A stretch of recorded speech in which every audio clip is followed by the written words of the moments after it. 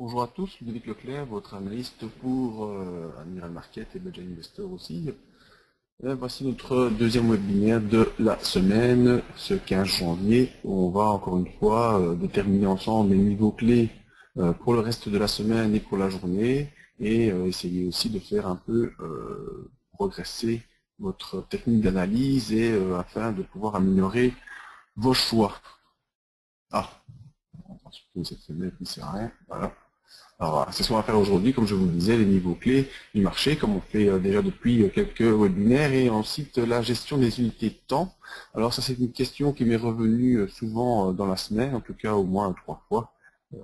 Pour avoir la même question 3 fois sur la même semaine, c'est que ça semble intéresser beaucoup de gens. Suite au webinaire, ben voilà, on me demande quelle est la manière de gérer les unités, donc sur quelle unité travailler, quelle unité faut-il analyser, quelle unité faut-il surveiller, sur quelle unité prendre ses décisions. Donc on va un peu essayer de tenter de clarifier tout ça. Alors tout d'abord, l'avertissement habituel, vous savez, sur les CFD, comme sur le Forex, ben, il y a des risques de perte, mais aussi de gains, comme je le dis toujours. Donc c'est à vous-même d'évaluer les risques, et pour ça, bien, Admiral Market vous met à disposition des comptes démo qui peuvent vous permettre de vous entraîner sans aucun risque avant de passer en réel. Alors ce qu'on va faire ici, c'est comme accoutumé, vous connaissez, si vous suivez, c'est l'analyse des impulsions, toujours la même chose, toujours les mêmes outils que vous commencez à connaître. Hop, hop, hop, ça va un peu vite, voilà. Alors également, toujours je le dis et je le redis, c'est important et ça vous a sûrement déjà surpris et sûrement vous avez déjà pu assister à ce genre de gros mouvements, les gros mouvements qui se déroulent lors des statistiques. Donc voici les statistiques à suivre pour ce jeudi et également demain. En Europe, eh bien, on a la balance commerciale à 11 heures, ça c'est important, il faudra avoir un œil dessus. Aux États-Unis, il y a plusieurs statistiques. Les États-Unis nous balancent toujours beaucoup de statistiques. Alors, il y a l'indice Empire State, l'inscription au chômage, les prix à la production et l'enquête de la Fed de Philadelphia, tout ça à des heures différentes. Et à mon sens, le plus important sera donc les inscriptions au chômage qui se déroulent vers 14h30. Vendredi, c'est-à-dire demain, pour terminer la semaine, encore une belle série de statistiques également. Les prix à la consommation allemande, le budget de l'État français, les prix à la consommation dans la zone euro, les prix à la consommation également aux États-Unis, la production industrielle aux États-Unis, l'indice de confiance de l'Université de Michigan aux États-Unis aussi, et les achats nets de titres par les non-résidents. Tout ça pour vous dire que le plus important à surveiller, selon moi, ce sont les prix à la consommation en Europe qui permettront de voir un peu s'il y a une relance économique ou bien si celle-ci progresse ou pas. Et l'indice de confiance, que vous savez que ce soit sur le Forex, sur la bourse ou sur beaucoup d'actifs cotés et qui sont travaillés par l'être humain que nous sommes, ce qui est très important, c'est la psychologie. Et donc l'indice de confiance peut avoir une influence, un effet de masse, parce que si l'indice de confiance est très bas, eh bien, ceux qui étaient un peu hésitants, qui se posaient des questions, vont se laisser un peu entraîner dans cette baisse de confiance. Donc important aussi, l'indice de confiance qui en fait est simplement un questionnaire auquel auquel répond. C'est comme une statistique, quoi, comme on pose des questions pour les élections, mais c'est un peu la même chose. C'est pas vraiment basé sur des gros chiffres, c'est vraiment un indice de confiance purement psychologique, mais qui a toute son importance. Alors, comme à chaque fois, avant de passer à cette partie théorique, eh bien, on va faire l'analyse technique de tous les différents actifs sur lesquels moi je travaille et sur lesquels j'ai l'habitude de travailler. On ira aussi un petit peu voir ce qui se passe, si vous vous souvenez, mardi dernier, on avait travaillé beaucoup les fourchettes de Andrews et sur la paire euro GPY, donc l'indice, la monnaie japonaise par rapport au dollar américain. Eh bien, on va un peu aller voir comment tout cela a pu donner. Mais d'abord, commençons par le pétrole. Le pétrole, on en parle de plus en plus dans les journaux. Vous êtes tous au courant maintenant depuis des mois que ça se produit. Il est toujours en unité baissière. Ça commence à baisser vraiment de manière constante. Enfin, on est sous les 50 $, donc ça c'est vraiment un palier qui est très important à surveiller. Le support actuel en unité jour est à 47,39. On a vu que plus bas, on a un autre support vers les 39 $. On semble peut-être devoir s'y diriger. La résistance en unité jour actuelle, eh bien, elle est vers 49,76 $. La M20 toujours en résistance vers 52,14 $.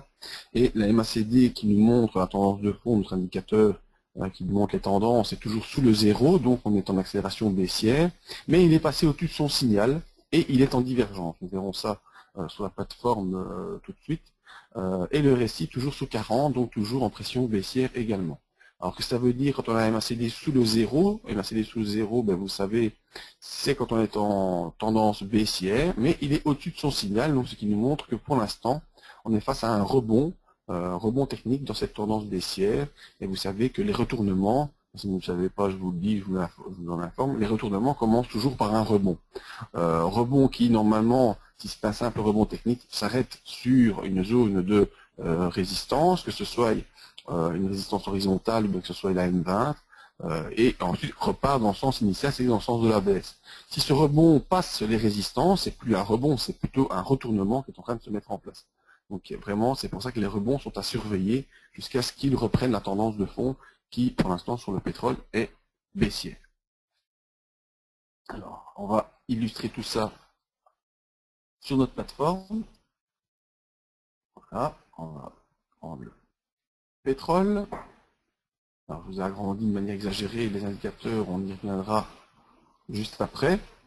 Donc, qu'est-ce qu'on voit sur le pétrole? Ben, en effet, pour l'instant, on voit ce rebond qui est en train de se jouer pour l'instant et qui vient ici taper la résistance des 49,76, et donc le rebond qu'on a connu avant-hier et hier, donc mardi, mercredi, rebond qui est repassé au-dessus de la zone des 47,39 et qui est venu toucher la zone de résistance des 49,76. Donc l'enjeu de voir si ce rebond va se poursuivre ou pas, eh bien c'est de passer tout d'abord au-dessus de la zone des 49,76 et ensuite aller tester la M20. Vous voyez la M20, donc ici on est sur un graphique en unité journalière.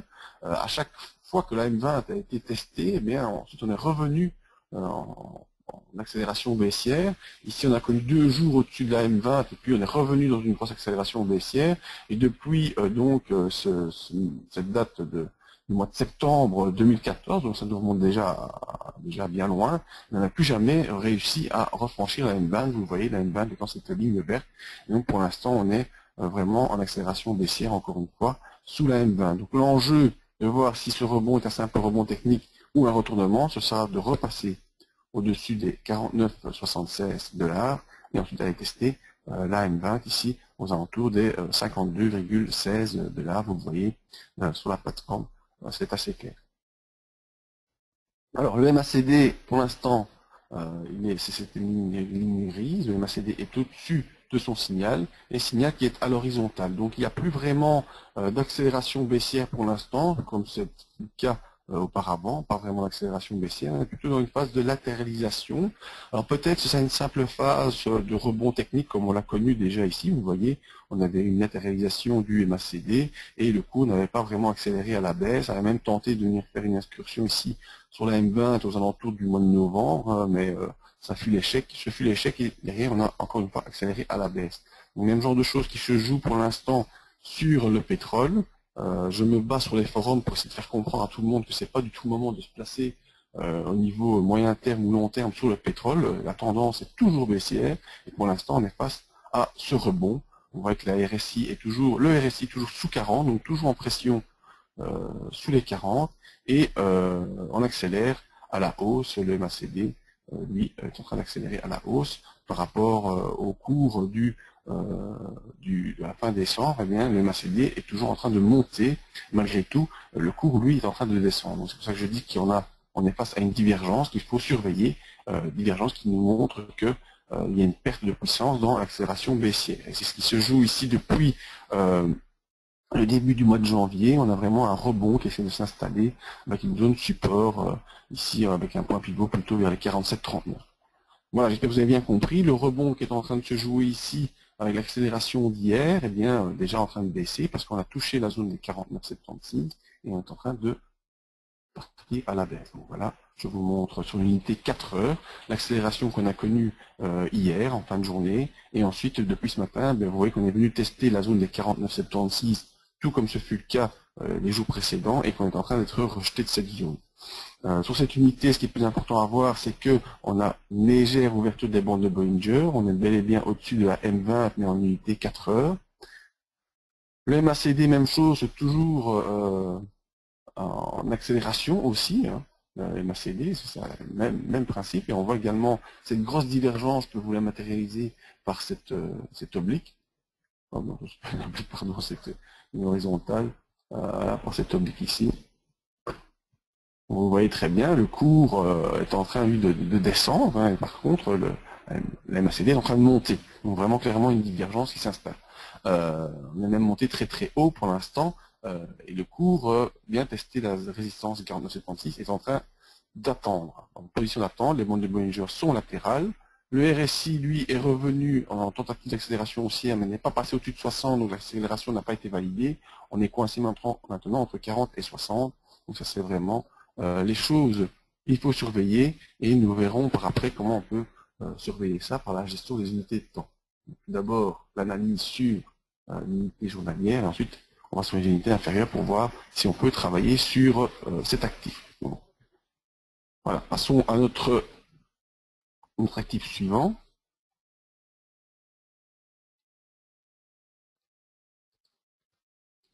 Alors, l'actif suivant, qu'est-ce que c'est? C'est l'euro-dollar. L'euro-dollar qui est toujours suspendu aux lèvres et aux propos de ce qui se passe à la Banque Centrale Européenne, parce qu'on nous avait annoncé, c'est bien fait de dire, des possibles nouvelles déclarations aux alentours du 15 et 22 janvier, donc entre le 15 et le 22. Le 15 c'est aujourd'hui, le 22 c'est la semaine prochaine, c'est jeudi prochain. On verra entre ces deux dates si on a des annonces qui pourront permettre de voir un peu plus clair ce qui se passe sur l'euro-dollar, et s'il y a des rachats de la dette, qu'elle soit grecque ou qu'elle soit autre, eh bien, ça devrait continuer, même voire accélérer la baisse de l'euro. Nous verrons tout cela plus loin. Vous savez que l'objectif situé vers les 1,83, 1,86, je ne sais plus, dans la vidéo que j'ai fait sur les perspectives long terme. Si le mois de janvier clôture en dessous des 1,20, eh bien malheureusement, on pourra aller voir aux alentours, à mon avis, on passera sous les 1 de parité dans les mois à venir. Mais bon, ça n'est pas encore là, et vous savez que l'euro-dollar, comme tout le forex, est influencé par les déclarations de tous les banquiers. Donc, en tout cas, sur l'euro-dollar, l'unité jour toujours baissière, le support unité jour actuel est à 1,1772, la résistance est à 1,2003, c'est le gap baissier qu'on a connu suite aux déclarations de Mme Merkel la semaine dernière. La M20 est en résistance sur les 1,2025, la MACD est toujours négative et sous 0, et le RSI toujours sous 40, tout ça est bien normal pour un graphique qui est totalement baissier. Sur notre plateforme, l'euro-dollar, eh bien, voilà. Unité journalière, toujours bel et bien baissier, sous les moyennes mobiles, on accélère encore une fois à la baisse, les bandes de Bollinger sont à la baisse, donc tout nous indique qu'on est à la baisse. Malgré tout, nous sommes sur un support ici à 1,1772. On est en train depuis quelques jours de latéraliser. Peut-être est-ce l'attente déjà qui commence sur une probable annonce de la Banque Centrale Européenne. En tout cas, vous voyez que depuis le début de la semaine, eh bien, on latéralise sur cette unité et on attend peut-être ou un rebond, c'est-à-dire une accélération à la hausse, ou bien un enfoncement du support des 1,1772 pour une accélération baissière. Au niveau de nos indicateurs, donc toujours le même travail, hein, vous voyez que c'est toujours la même chose qu'on fait depuis déjà un bon moment. Le MACD sous son signal baissier, donc c'est indication d'une tendance fortement baissière, et le RSI toujours sous les 40 également. Alors le RSI, de temps en temps, il faut taper un œil pour voir s'il ne passe pas en dessous de 20, parce que s'il passe en dessous de 20, là, on est en exagération vendeuse, et bien souvent on a droit à un rebond. Pour l'instant, le RSI situe proche des 24, donc la possibilité d'un rebond technique est bel et bien possible. C'est ce qu'on a pour l'instant, c'est cette latéralisation qui se fait sur la zone des 1,1772. Donc on pourra surveiller ensuite les unités inférieures pour voir si on ne peut pas essayer de détecter un rebond qui va pouvoir tenter de se montrer. On agrandit un petit peu, voilà. Vous voyez vraiment cette latéralisation qui se fait. On enfonce le support, hop, on revient immédiatement au-dessus. Et puis une nouvelle fois maintenant, on est en train de revenir, en train d'essayer d'enfoncer support. La MACD se latéralise complètement. Complètement parallèle mais sous zéro parce que la tendance de fond est toujours fortement baissière. Vous voyez que le RSI lui est revenu entre 40 et 60, donc en phase d'attente d'un possible rebond. j'ai pas dit d'improbable, j'ai dit impossible. Il faut attendre vraiment que on a une impulsion qui parte. Alors on va essayer de voir un peu sur l'unité 1 heure, donc c'est encore plus flagrant, pardon. C'est latéralisation qui se joue, et pour l'instant, vous voyez que les bandes de Bollinger sont fort rapprochées, il y a peu de volatilité, nos indicateurs sont quasiment morts, c'est-à-dire on est proche des zéros ici, c'est pas vraiment analysable et exploitable pour une impulsion, et le RSI qui est coincé entre 60 et 40 sur l'unité 1 heure, donc il n'y a vraiment pas grand-chose qui se passe. C'est vraiment ce genre de choses que vous devez attendre, donc dans lesquelles vous devez attendre. Ensuite, vous passez des ordres de manière anticipative. C'est possible sur la plateforme aussi, si vous voulez, une fois, on pourra en parler. C'est-à-dire, je place mon ordre à un endroit, et si le coup vient toucher la zone que j'ai déterminée, eh bien l'ordre se met en place et se met en route pour pouvoir profiter de l'impulsion qui se passe. Donc c'est possible également de faire les analyses chez vous, ensuite de placer vos ordres. Alors que tout ça se passe de manière automatique, c'est l'avantage de cette plateforme MetaTrader. On n'est pas là pour ça pour l'instant, on est vraiment là pour essayer de comprendre et analyser les impulsions. Donc on voit que sur cette unité 1 heure, l'impulsion se latéralise. Il n'y a pas vraiment de gros mouvement pour l'instant. Donc on attendra le déclenchement d'un gros mouvement pour essayer d'en profiter.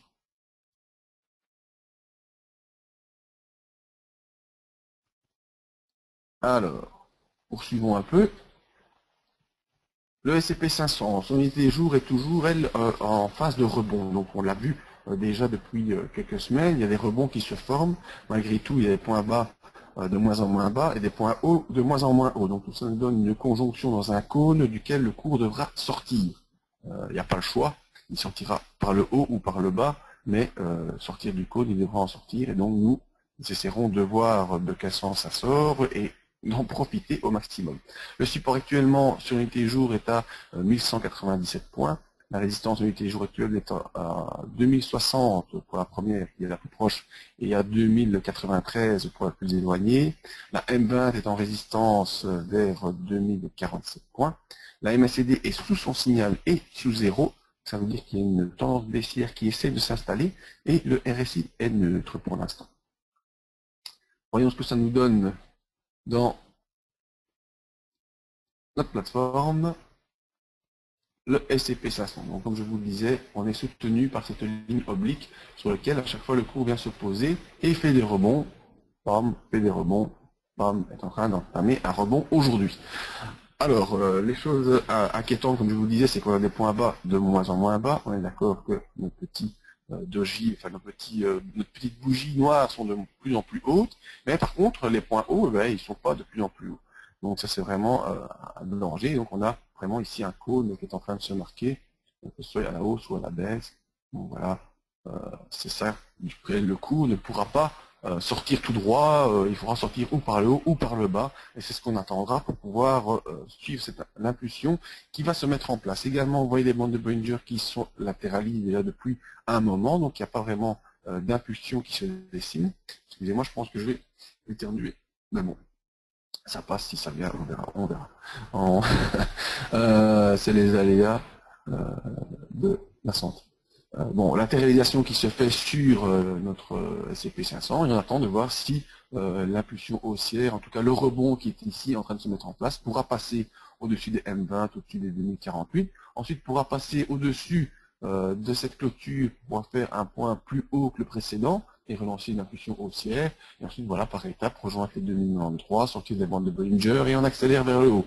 Le scénario est connu à l'avance, il ne suffit plus d'attente qui se mettent en place. Et si malheureusement on passe par le bas, eh bien on ira rejoindre probablement la bande de Bollinger inférieure et ensuite faire des accélérations baissières et on pourra mettre un retracement de Fibonacci pour nous donner les niveaux. Actuellement c'est pas le cas, c'est plutôt vraiment cette phase d'attente qu'il faut surveiller. Donc le passage au-dessus des moyennes mobiles ou l'accélération baissière sous les derniers points bas, c'est-à-dire ici les 2002 points ou encore la clôture d'hier sous les 2016 points.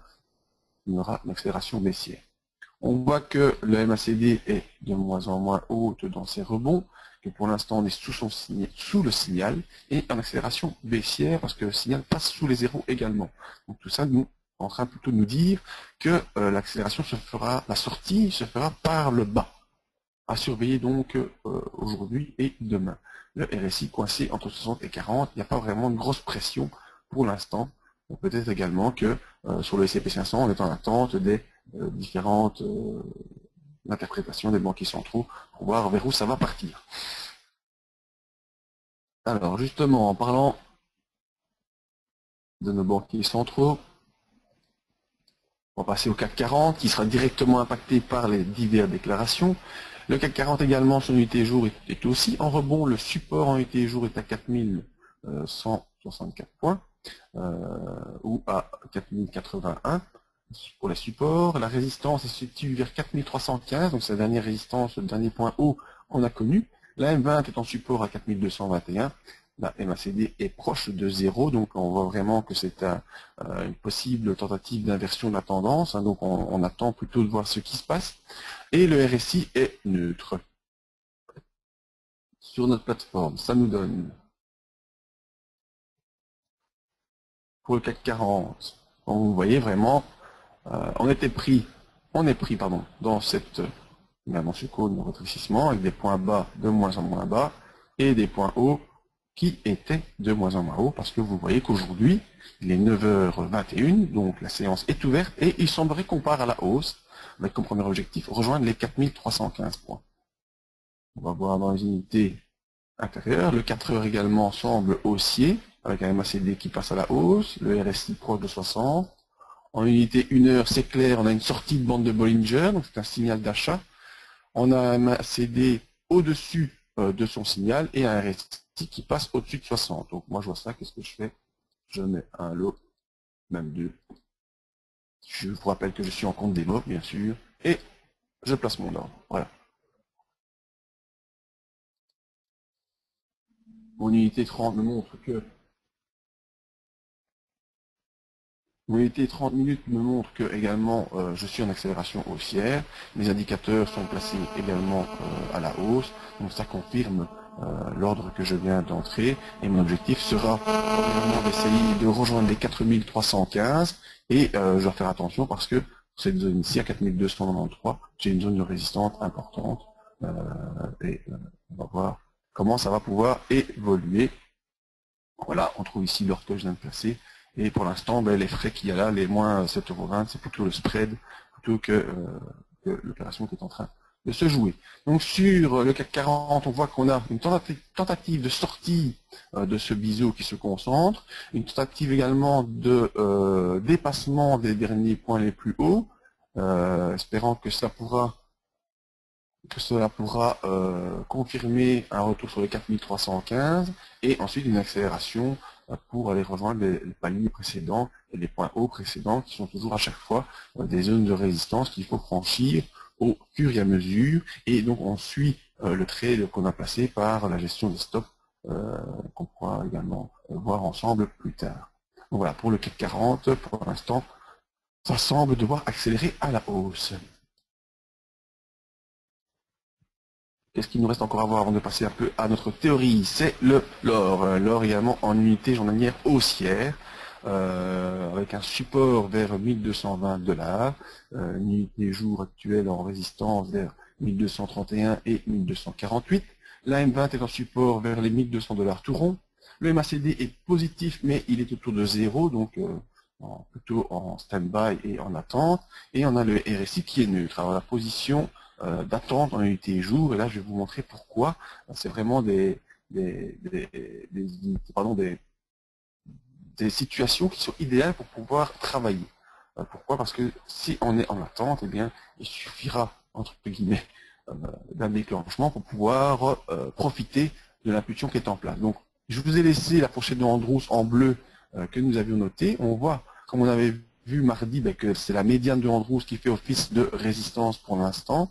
La résistance à 1231 a été un peu franchie lors d'une séance du début de semaine, et pour l'instant on est en train de travailler sur cette zone. Donc on a eu deux bougies de correction mercredi, jeudi suite au franchissement de cette zone, et ici aujourd'hui vraiment on est en phase d'attente et en phase d'hésitation à hauteur de cette zone de résistance. Nous verrons si on peut passer au-dessus pour accélérer vers les 1248. Alors on a notre MACD qui est au-dessus de son signal qui est au-dessus de 0 également, donc plutôt une poussée d'impulsion haussière. Alors là, le RSI n'est pas parvenu à franchir les 60, donc on n'a pas vraiment de grosse pression haussière actuellement. Donc, à surveiller, c'est le franchissement des 1231, auquel cas on pourrait avoir un retour sur la zone des 1207 qui correspond au bas de notre fourchette de Andrews. Alors, voyons un peu ce que je voulais vous expliquer concernant la gestion des unités de temps. Alors, pour rentrer en position, admettons, il faut faire un choix, votre unité de temps choisie pour travailler, c'est une unité de temps 30 minutes. Ce qui veut dire qu'à 30 minutes, à chaque 30 minutes, vous avez une nouvelle décision à prendre, de poursuivre l'opération, d'augmenter le niveau du stop, d'arrêter l'opération, toutes ces choses-là, toutes les 30 minutes.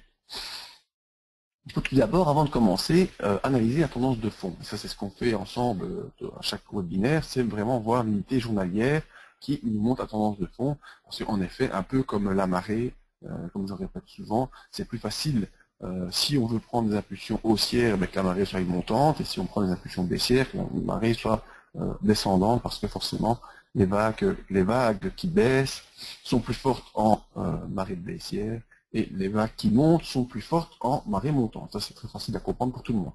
Alors, une fois qu'on a analysé la tendance de fond unité et jour, eh bien, on va également analyser la tendance sur laquelle on veut travailler, ça veut dire la tendance unité 30 minutes, pour voir s'il y a quelque chose qu'on veut faire, des objectifs à placer et des supports vraiment à déterminer. Ensuite, pour voir ce qui se passe entre l'unité jour et l'unité 30 minutes, eh bien, je vous conseille également de passer par l'unité 4 heures et l'unité 1 heure, comme on vient de faire rapidement avec le CAC 40, pour voir si il y a le mouvement que vous attendiez qui est en train de se former.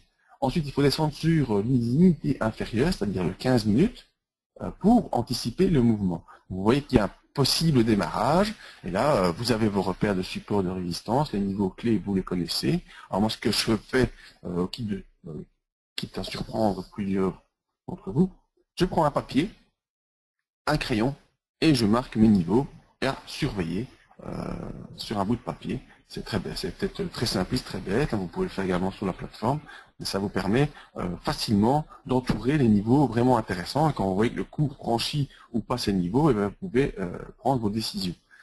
Donc c'est pour ça que moi, parfois, je prends un petit bout de papier et un crayon, et je note tout ça.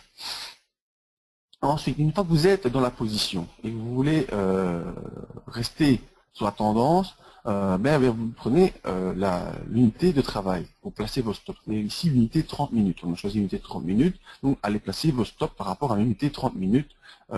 C'est pas la peine, si vous travaillez l'unité 30 minutes, d'aller voir l'unité 4 heures pour placer vos stops, parce que là, vous aurez une unité, ça fait 8 bougies d'attente. C'est pas la peine d'encaisser 8 bougies contre vous si vous voyez que la tendance part dans le mauvais sens. Donc placez vos stops sur l'unité 30 minutes, c'est l'unité que vous travaillez. Alors pour repérer sur les unités supérieures, vous pouvez le faire là, mais pour voir les objectifs et les résistances principales, en effet, ça vous pourra vous montrer les zones de résistance à la hausse. Donc vous pouvez passer votre objectif sur l'unité 30 minutes un peu avant les grosses résistances qui se trouvent sur les unités supérieures, sans savoir si ces résistances vont être franchies ou pas, si vous êtes dans un simple rebond ou dans un retournement de tendance. En cas de doute d'une inversion de tendance, il faut descendre sur l'unité inférieure.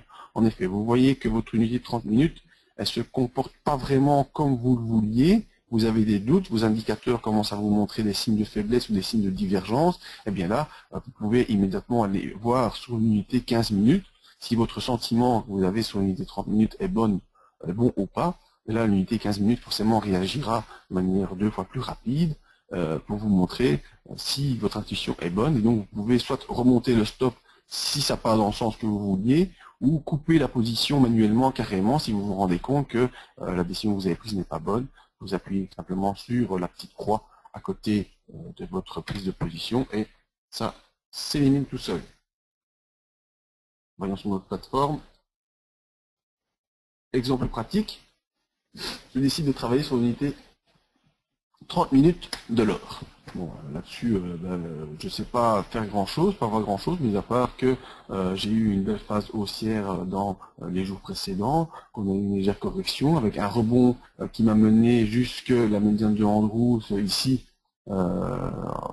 c'était quand? Le 14 janvier, donc c'était hier, et depuis, on consolide un peu, et on revient ici sur une base qui semble forte vers les 1227.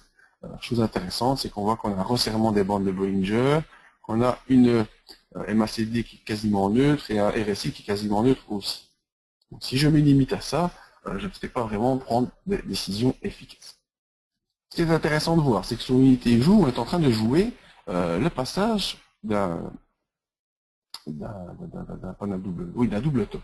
Donc, on a ici un double top vers les 1231. Pourquoi double top? Parce que on a été arrêté ici début du mois de décembre, mi-décembre, sur cette zone des 1231. Après une correction qui est venue ici sur les 1173, eh bien, on repart une nouvelle fois sur la zone des 1231. Donc, vous savez que si on franchit ce double top, on pourra aisément accélérer vers les 1248 et voir certainement au-delà de cette zone des 1248. Donc, on n'est pas ici à une impulsion haussière qui pourrait nous mener très très loin si on franchit les 1231 $, ce qui pour l'instant n'est pas encore le cas, malgré l'ouverture de la bande de Bollinger supérieure et la légère ouverture de la bande de Bollinger inférieure. Je descends sur l'unité 4 heures pour voir la confirmation de ces tentatives de franchissement. Les 1231 que j'avais dessinés sont là. La médiane de Andrews est une nouvelle fois ici, donc vous voyez que ça coince vraiment sur cette zone de la médiane de Andrews, d'où l'efficacité des fourchettes de Andrews qu'on avait expliqué mardi dernier, et on voit qu'on a un support ici vers les 1226 qui est en train de se placer sur l'unité 4 heures. Je redescends sur mon unité 1 heure, donc j'avais dit, pour ça une était sur un bout de crayon, je vais le faire d'ailleurs, 1226 $ en support sur l'unité 4 heures, donc moi je marque SH4, voilà, 1226 $, ils sont là. Ensuite je passe sur l'unité 1 heure. Les 1226, ils sont ici quelque part, on les retrouve également sur mon unité 1 heure, avec une latéralisation qui est en train de se jouer, les bandes de Bollinger qui se resserrent, la MACD qui joue sur les zéros, et le RSI qui est entre 40 et 60, mais plus proche des 40, vous l'admettrez. Et la MACD passe légèrement sous zéro. Donc les 1226 qui maintenant ici sont précisément placés vers les 1225,86 sont en train d'être un point de repère important qu'il faut surveiller avec la zone ici les 1231. Vous le voyez, on est venu, j'essaie d'agrandir, bon j'y arrive pas. Voilà. La zone des 1231 qui a été travaillée sur cette unité 1 heure à plusieurs reprises et n'a jamais pu être franchie. Donc quand vous voyez comme ça une résistance peine à être franchie, en général c'est mauvais signe, ça veut dire qu'on n'arrive pas à avoir l'impulsion haussière nécessaire pour pouvoir accélérer au-dessus de la zone des 1231. Et de mon expérience c'est plutôt mauvais. Pourquoi? Parce que on va probablement passer par la baisse. Alors mon unité de travail c'est la M30. J'ai mes repères 1226, les 1226 ils sont ici quelque part. On voit que pour l'instant c'est une zone qui sert, ma résistance 1231 elle est là, et on n'arrive pas à être franchi. Au niveau de cette unité, eh bien, la MACD également est sous zéro et sous signal, donc c'est plutôt une tentative d'accélération baissière. La RSI est entre 40 et 60, mais plus proche des 40, également tentative d'accélération baissière. Et on voit qu'on est sous la M20, donc également, tout ça nous plaide plutôt pour une accélération baissière. Alors, quand est-ce que je vais prendre mon opération? Je place mon point de support sur le dernier point bas, ici. Voilà. Vous voyez que c'est les 1226 que j'avais repéré sur mon unité 4 heures, qui joue le rôle vraiment de support sur mon unité 30 minutes, et il me faudra attendre que le cours passe sous cette unité sur cette zone de résistance 1226 de l'unité 30 minutes qui également est valable sur l'unité 4 heures et voir si on peut avoir une clôture de l'unité 30 minutes en dessous de cette zone. Tant qu'on n'aura pas une clôture en dessous de cette zone, on ne pourra pas prendre de position baissière pour suivre l'impulsion qui est en train de se mettre en place. J'espère que tout ça c'est bien compris. Alors on va retourner sur notre CAC 40. On a pris une position tout à l'heure, voir ce qui se passe un peu. On a pris une position haussière. Pourquoi? Parce que sur l'unité jour, là on a fait un peu de travail à l'envers, on n'a pas vraiment, c'était vraiment pour l'exercice que je vous l'avais fait, on n'a pas vraiment fait de l'analyse approfondie, on va la faire maintenant pour voir ce qu'il en est. Donc on avait une sortie de notre biseau baissier là, de notre cône de concentration, une sortie par le haut. Donc ce qui pourrait nous permettre de penser qu'on pouvait prendre une position haussière avec comme objectif les 4315 points. En passant sur l'unité 4 heures, eh bien on voit qu'on avait eu en effet une sortie, mais que pour l'instant cette sortie ne se confirme pas vraiment. On a un MACD qui joue avec son signal, il est au-dessus de 0, donc plutôt dans une tendance haussière, mais pas au-dessus du signal, donc c'est pas vraiment une grosse accélération. Et on a un RSI qui n'est pas au-dessus de 60, donc on n'est toujours pas en pression haussière maximale sur cette unité.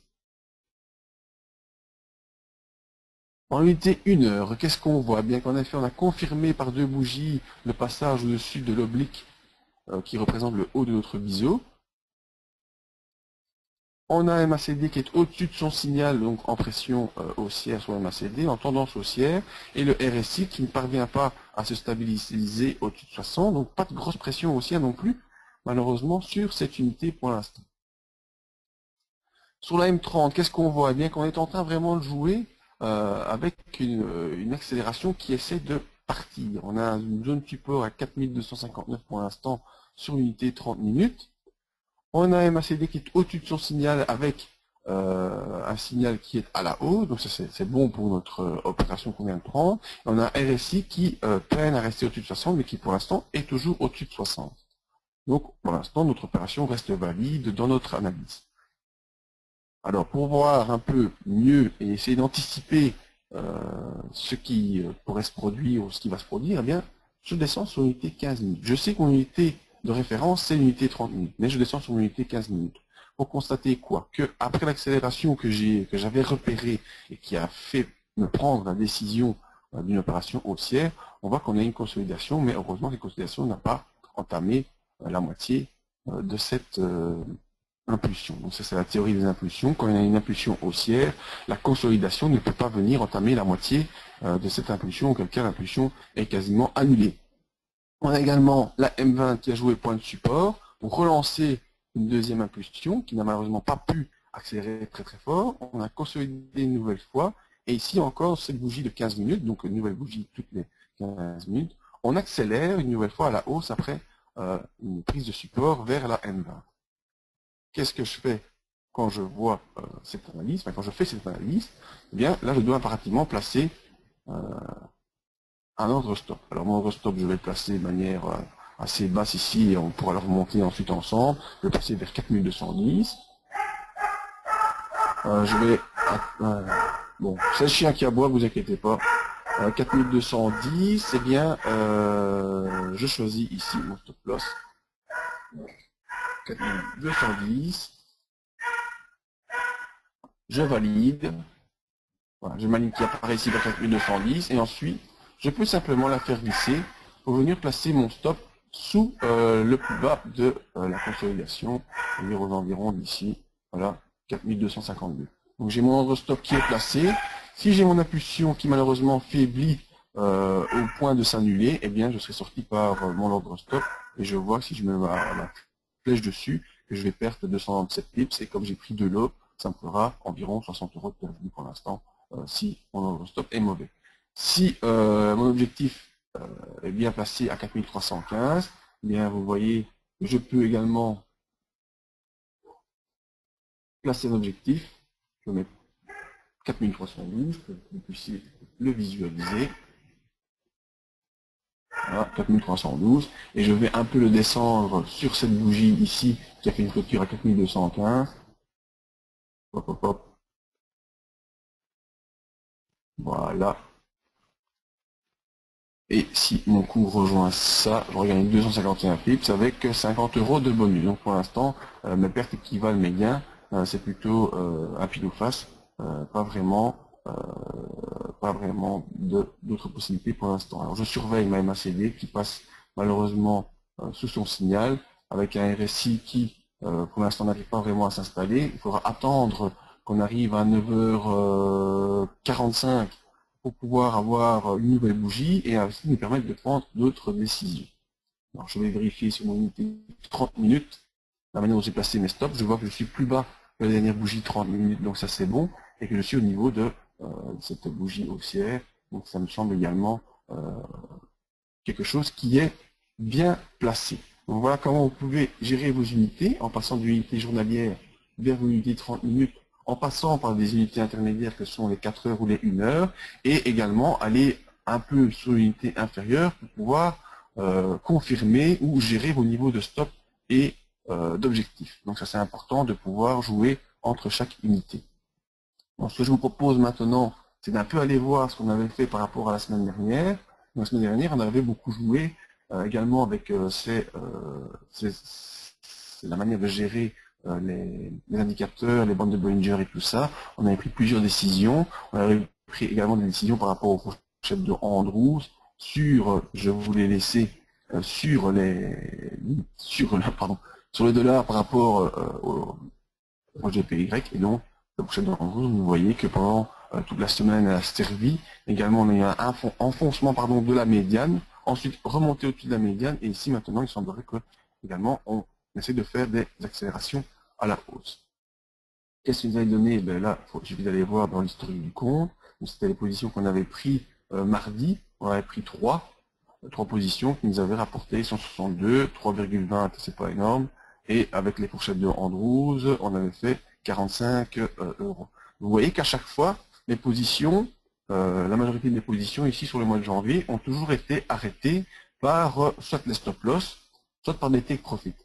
J'ai eu que 2 opérations que j'ai stoppées moi-même manuellement, donc la preuve que vous pouvez également en faire, mais la majorité du temps, c'est plutôt les stop loss ou les take profit qui vous permettent de stopper vos opérations, soit les stopper pour couper les pertes, ici on a une perte à moins 159, ou les stopper pour protéger les gains.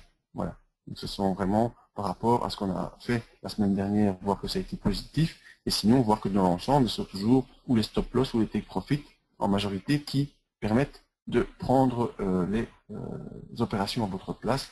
Vous n'avez pas à vous inquiéter, c'est automatique. Vous faites votre analyse tranquillement. Si vous travaillez en unité 30 minutes, vous avez à chaque fois une demi-heure pour prendre votre décision. Si vous avez un doute, vous descendez sur l'unité 15 minutes et vous pouvez soit monter ou descendre vos stop loss ou faire vos opérations manuellement. Bon, ici, en l'occurrence, on a une opération qui est en cours sur le CAC 40. D'après ce que je vois, il semblerait que vous voyez, on repart à la hausse. Donc, mon unité 30 minutes est valide. On accélère une nouvelle fois en dehors des bandes de Bollinger. Il semblerait donc qu'on va bien partir à la hausse comme il semblerait qu'on l'avait déjà détecté. On va passer sur unité 15 minutes pour se confirmer ça. Voilà, pardon. Dans 3 minutes, cette unité se termine et on va passer au-dessus de ces 2 derniers plus hauts.